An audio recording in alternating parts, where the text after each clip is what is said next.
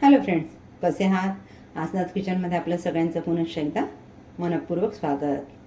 तर आज आपण जी रेसिपी बघतोय ती आपण मोजक्या तेलात बनवतोय. आज आपण बनवतोय खमंग कुरकुरीत असा चिवडा, तेही अगदी कमी वेळात.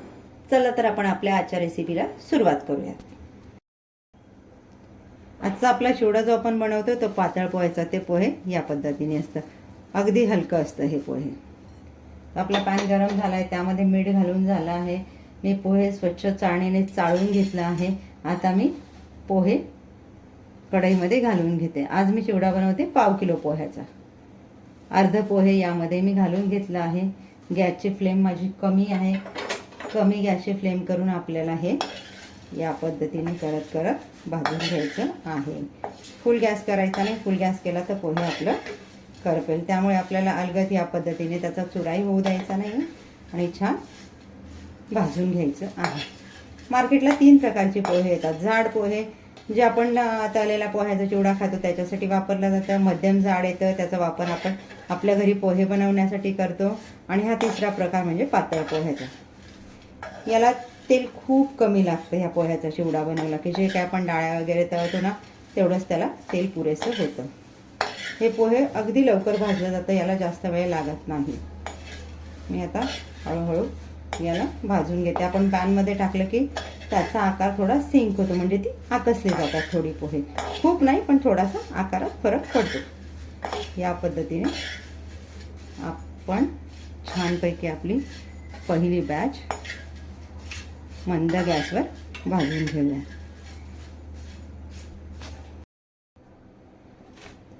पोहे कढईमध्ये घालून माझे 2 ते 2.5 मिनटं झालेली आहे. तर पोहे भाजून होताला हा वेळ कमी जास्त होऊ शकतो. तर पोहे घातला आपण कढईमध्ये त्यावेळेला आपले पोहे या पद्धतीने होते. आणि आता आपल्या पोह्यांचा आकार थोडा आकसला गेला या पद्धतीने. आता आपले पोहे भाजून झाले. ओळखायचं कसं? थोडेसे पोहे हातात घ्यायचे, या पद्धतीने त्यांचा कुरकुरीत आवाज झाला म्हणजे आपले पोहे भाजून झालेली आहेत. आता मी याला भांड्यामध्ये काढून घेते. याच पद्धतीने दुसरी बॅच देखील भाजून घेते. दुसरी बॅच भाजण्यासाठी मी पोहे पॅनमध्ये घालून घेतलेला आहे. इथे एक गोष्ट लक्षात घ्या की आपण पोहे भाजताना तेलाचा वापर जराही केला नाही आहे. मी कढईमध्ये थोडं मीठ घातलं आहे, त्यावरच मी हे पोहे भाजून घेते. मीठ घालण्याचं कारण हे की आपले पोहे छान कुरकुरीत राहतात. आता ज्या पद्धतीने आपण पहिली बॅच रेडी करून घेतली त्याच पद्धतीने ही बॅच देखील रेडी करून घेऊया. मग अशी मी म्हटलं की आपण खूप कमी प्रमाणात तेल वापरून हा चिवडा बनवतो. मी कढईमध्ये घेतले 100 ग्रॅम तेल. तर तेल आपलं छान गरम झालं की आपण यामध्ये घालतोय 100 ग्रॅम शेंगदाणे. हे तुम्ही तुमच्या आवडीनुसार प्रमाण कमी जास्त करून घेऊ शकता शेंगदाण्याचं. आता आपण जेव्हा चिवड्यासाठी पोहे भाजायला घेतले ना त्यावेळेला सगळ्यात महत्त्वाची गोष्ट म्हणजे आपण गॅसची फ्लेम अगदी कमी ठेवलेली. दुसरी महत्त्वाची गोष्ट, आपण पोह्यामध्ये जराही तेलाचा वापर केला नाही पोहे भाजताना. आणि तिसरी महत्त्वाची गोष्ट म्हणजे एक बॅच ज्या वेळेला तुम्ही पोह्याची भाजून घेताना त्यावेळेला पोहे अगदी थोडं थोडं टाका, म्हणजे पोहे आपलं सगळं व्यवस्थित भाजलं जाईल. आणि चौथी महत्त्वाची गोष्ट म्हणजे पोहे भाजताना आपल्याला सतत पोहे हलवत राहायचं आहे, जेणेकरून आपलं पोहे जळणार नाही, ही काळजी घ्यायची. या छोट्या छोट्या टिप्स फॉलो करून जर रेसिपी बनवली ना तर कुठचीही रेसिपी अगदी उत्तमच होते. तर आपल्याला शेंगदाणे छान तेलात कुरकुरीत होईपर्यंत तळून घ्यायचे. शेंगदाण्याच्या साली आपल्याला तडतडायला लागल्या की या स्टेजला आपण शेंगदाणे काढून घेऊया. शेंगदाणे चाळणीत काढून मी दुसऱ्या चाळणीत तेल निथळण्यासाठी घालून दिलेले आहे. आता आपण तेलात घालतोय 50 ग्रॅम डाळ्या. डाळे आपल्याला छान कमी गॅसवरच तळून घ्यायच्या आहेत. गाळणीत घ्यायचं कारण हे की ह्या वस्तू अगदी बारीक असतात ना, त्या तेलात टाकल्या की आपण तेलातून काढेपर्यंत त्या तेलात करपतात. म्हणून गाळणीत घेऊन केलं ना आपलं काम सोपं होतं. डाळे आपल्या छान तेलात तळून झालेल्या आहे. पण हे तळण्याचं काम करताना गॅसची फ्लेम आपल्याला कमी ठेवायची आहे, म्हणजे आपण जे काही पदार्थ तळून घेतो ते छान कुरकुरीत होतील. तर मी डाळही दुसऱ्या चाळणीत तेल निथळण्यासाठी ठेवून दिले आहेत. आता पुढचा पदार्थ घेतो आपण खोबरं. खोबरं मी इथे 50 ग्रॅम घेतलं आहे. अगदी पातळ काप करून घेतलेले आहेत. तुम्ही तुमच्या आवडीनुसार कमी जास्त करून घेऊ शकता. मी अगदी पातळ काप करून ते तळून घेते छान कुरकुरीत होईपर्यंत. खोबरं तळताना एक काळजी घ्या, काप अगदी पातळ करा. तेलात न काढल्यावर ते थोडं मऊ असेल. थंड झालं की छान कुरकुरीत होतं. त्यासाठी खोबऱ्याचे काप अगदी पातळ करा आणि अगदी मंद आचेवर तळा. नाही आता मी पुढचा पदार्थ घेते. 20 ग्रॅम काजू. काजूचे मी तुकडे करून घेतले. एका काजूचे 2 तुकडे या पद्धतीने.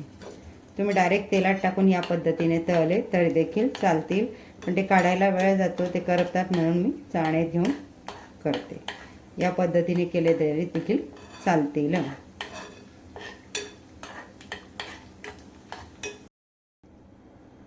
इतपत आपल्याला ब्राऊन रंग होईपर्यंत काजू तळून घ्यायचे. काजू आपण बाजूला काढून घेऊयात.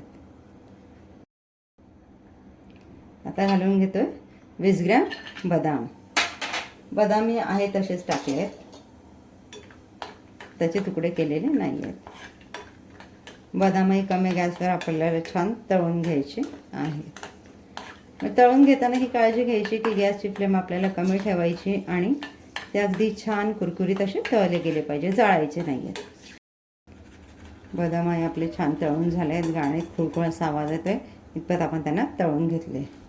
तर पुढचा पदार्थ आहे आपला मिरची. हिरवी मिरची तुम्ही तुमच्या आवडीनुसार तिखट कमी जास्त करू शकता. मी एक 20 ते 25 ग्रॅम हिरवी मिरची इथे घेतलेली आहे. तीही छान अगदी खुळखुळ असा आवाज आपल्याला चाळणीत येईपर्यंत तळून घ्यायची आहे. मिरची आपण तेलात घातली तेव्हा कशी होती, आता कशी झाली, या पद्धतीने असं खुळखुळीत आवाज होईपर्यंत आपल्याला कुरकुरीत होईपर्यंत मिरची तळून घ्यायची. मिरची जर आपली व्यवस्थित तळली नाही गेली ना तर आपला चिवडा 1-2 दिवसानंतर मऊ पडायला सुरुवात होते. आता आपण इथे घालून घेतोय कढीपत्ता. तोही तुमच्या आवडीनुसार तुम्हाला घालायचा. कढीपत्ताही आपल्याला छान कुरकुरीत होईपर्यंत तळून घ्यायचे. कढीपत्ता, हिरवी मिरची हे जितके छान तळलेले राहते ना तितकेच जास्त दिवस आपला चिवडा कुरकुरीत राहतो. म्हणजे त्याच्यातलं सगळं मॉइश्चर आपल्याला काढून घ्यायचं आहे, म्हणजे आपला चिवडा छान कुरकुरीत राहील अगदी संपेपर्यंत. कढीपत्ता आपला छान तळून झालेला आहे.